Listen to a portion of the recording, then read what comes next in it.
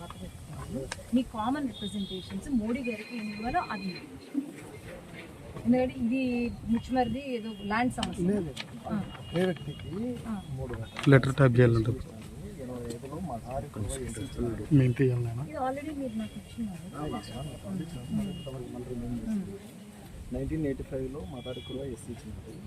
2010లో Kurva BC అని ఇచ్చినారు. 2015లో అదే వ్యక్తికి ఆగి కుర్వ బీసీ, అదే వ్యక్తికి 3 రకాల క్యాస్ట్ సర్టిఫికేట్ ఇస్తున్నారు. ఈ విధంగా క్యాస్ట్ కన్వర్షన్ చేస్తున్నారు. ఓకే, ఎగ్జాంపుల్ అంతే.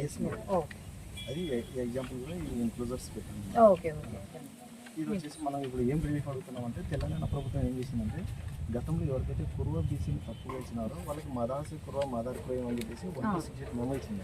ఇటువంటి మన ఆంధ్రప్రదేశ్ ప్రభుత్వం నుంచి ఒకటి ఇస్తే సరిపోతుంది.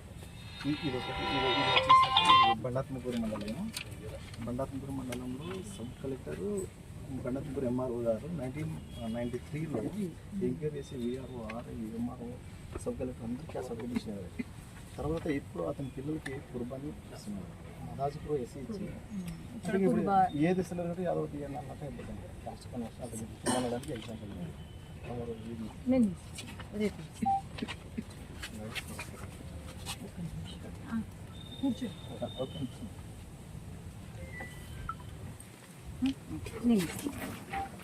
ఇది రిప్రజెంటేషన్